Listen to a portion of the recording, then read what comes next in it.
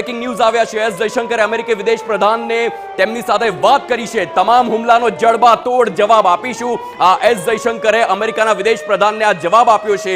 S જયશંકરે અમેરિકી વિદેશ પ્રધાનને કહ્યું કે એક પણ હુમલો છોડવામાં નહીં આવે, તમામ હુમલાનો જડબાતોડ જવાબ આપવામાં આવશે। અમેરિકાનું એક વલણ સામે આવ્યું હતું કે આ હુમલો નિંદનીય છે, ઇટ્સ અ શેમ, આ પ્રકારની ભાષાનો ઉપયોગ ડોનાલ્ડ ટ્રમ્પે કર્યો હતો, પરંતુ ભારત તેની સુરક્ષાને લઈને કોઈ પણ કસર નથી છોડતું અને તેના કારણે જ એક પણ હુમલો પાકિસ્તાન તરફથી કરવામાં આવશે। જો એક મિસાઇલ પાકિસ્તાન તરફથી છૂટશે તો એની સામે 4 મિસાઇલ ભારત તરફથી છૂટશે।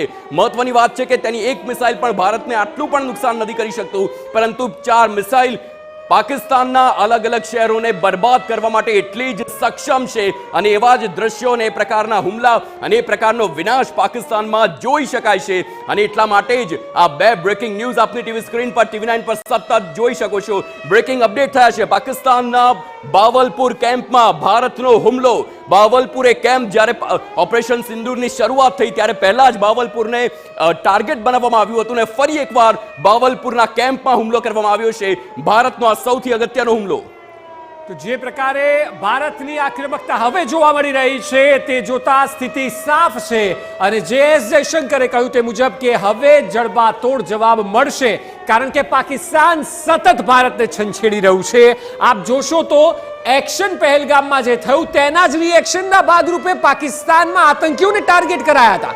હવે જે કરી રહ્યું છે પાકિસ્તાન તે યુદ્ધની બાબતમાં આગળ વધી રહ્યું છે અને એટલા માટે જ ભારત અગમચેતીના પગલાં પણ લઈ રહ્યું છે। જો પાટણના 8 ગામોમાં બ્લેકઆઉટ કરવામાં આવ્યું છે, એટલે સુઈગામ તાલુકાના 12 ગામ અને પાટણના 8 ગામોમાં બ્લેકઆઉટ કરવામાં આવ્યું છે। તો અમારા સહયોગી જિજ્ઞાસા અમારી સાથે જોડાયા છે। જિજ્ઞાસા, જે ગતિવિધિઓ છે તેમાં સતર્કતા સતત જોવા મળી રહી છે। જે જગ્યાએ ડ્રોન અને મિસાઇલના હુમલા છે ત્યાં જવાબ તો અપાઈ રહ્યા છે, પરંતુ આપ જુઓ પાટણ હોય, બનાસકાંઠા હોય, જ્યાં ગતિવિધિઓની સંભાવનાઓને લીધે પગલાં લેવાઈ રહ્યા છે।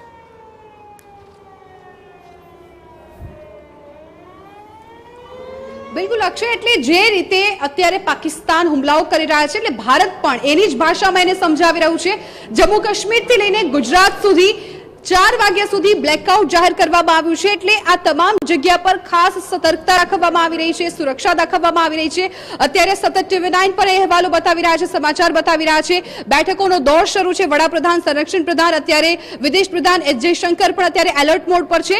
ત્યારે ખાસ તો એ સમજીએ કે ગુજરાતની જે પરિસ્થિતિ છે અત્યારે કઈ પ્રકારની છે, કેમ કે ગુજરાતના 18 જિલ્લાઓ અત્યારે હાઈ એલર્ટ પર છે।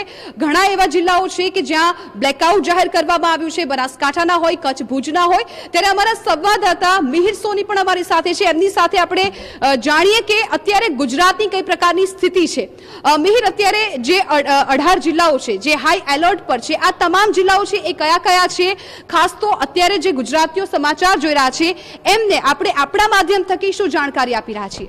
જિજ્ઞાસા, ખાસ કરી પાકિસ્તાને જે સાંજથી જ શરૂ કરી દીધો હતો હુમલો અને ત્યારબાદથી જ ભારત દ્વારા જવાબ છે તે સતત આપવામાં આવી રહ્યો છે અને હવે જે ડ્રોનથી હુમલો કરવામાં આવ્યા છે તે તમામ ડ્રોનથી હુમલા નિષ્ફળ ગયા છે। ત્યારે બીજી બાજુ અહીં જે બોર્ડર એરિયા છે, ખાસ કરી કચ્છ ભુજ અને તેની સાથે જ બનાસકાંઠાનો સુઈ ગામ, તે તમામ જે ગામ આવે છે તેને બ્લેકઆઉટનો આદેશ છે તે કરી દેવામાં આવ્યો છે। લગભગ 18 જેટલા જિલ્લાઓ છે તેને બ્લેકઆઉટનો એલર્ટ છે તે આપી દેવામાં આવ્યું છે અને હાઈ એલર્ટ ઉપર છે, જેના કારણે જો બ્લેકઆઉટ થવાથી જ્યારે પણ આ ડ્રોનથી હુમલો કરશે તો ત્યારે સીધું જ S-400 જે એર મિસાઇલ છે તેનાથી તેને રોકી દેવામાં આવશે। એટલે હાલ તમામ જે જગ્યાએ જે ગુજરાતના બોર્ડર એરિયા છે તે બોર્ડર એરિયાને અત્યારે હાલ બ્લેકઆઉટ છે તે કરી દીધો છે। આની સાથે જ ખાસ જે સમુદ્ર માર્ગ છે કે જે ગુજરાતનો 1600 કિલોમીટરનો ત્યાં પણ એલર્ટ છે તે કરી દેવામાં આવ્યું છે, કારણ કે જે દરિયાઈ કિનારે સોમનાથ મંદિરથી લઈને દ્વારકા મંદિર જે મંદિરો આવેલા છે ત્યાં આગળ પણ સુરક્ષા છે તે વધારી દેવામાં આવી છે। એટલે પાકિસ્તાનની આ નાપાક હરકતો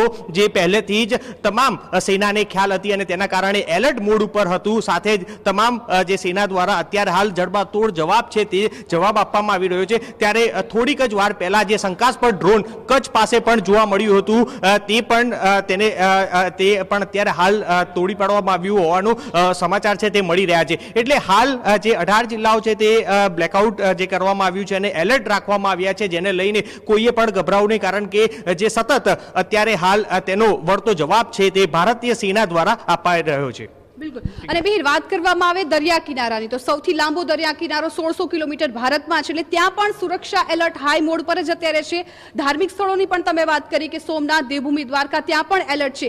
હવે આવા સમય પર હજુ પણ કોઈ એવા વિસ્તારો કે જ્યાં એલર્ટ વધારવાની જરૂર હોય, કયા એવા વિસ્તારો છે કે જે સરહદી વિસ્તારો છે અને ત્યાં બ્લેકઆઉટની સ્થિતિ તો છે જ પરંતુ સાથે સાથે નાગરિકોને પણ શું સાવચેતી રાખવી જોઈએ? નાગરિકોને સાવચેતી માત્ર આ બ્લેકઆઉટનો જ્યારે પણ આદેશ આવે, જ્યારે પણ સરકાર દ્વારા આ બ્લેકઆઉટ જાહેર કરાય ત્યારે તેનો અમલીકરણ કરે તો તેની સામે લડવા માટે આપણે સક્ષમ છે તે બનીશું. એટલે હાલ તો જે એરિયા છે કે જે બોર્ડર એરિયા છે જેમાં ખાસ કરી કચ્છ ભુજ વાળો વિસ્તાર છે અને સાથે જ બનાસકાંઠાનો સુઈ ગામ, ત્યાં આગળ તમામ જે જિલ્લાઓના જે ગામો છે ત્યાં આગળ બ્લેકઆઉટ જાહેર કર્યું છે. એટલે તેનો સહકાર આપે તો તેની સામે લડવા માટે આપણે ઘણે સફળતા થઈશું.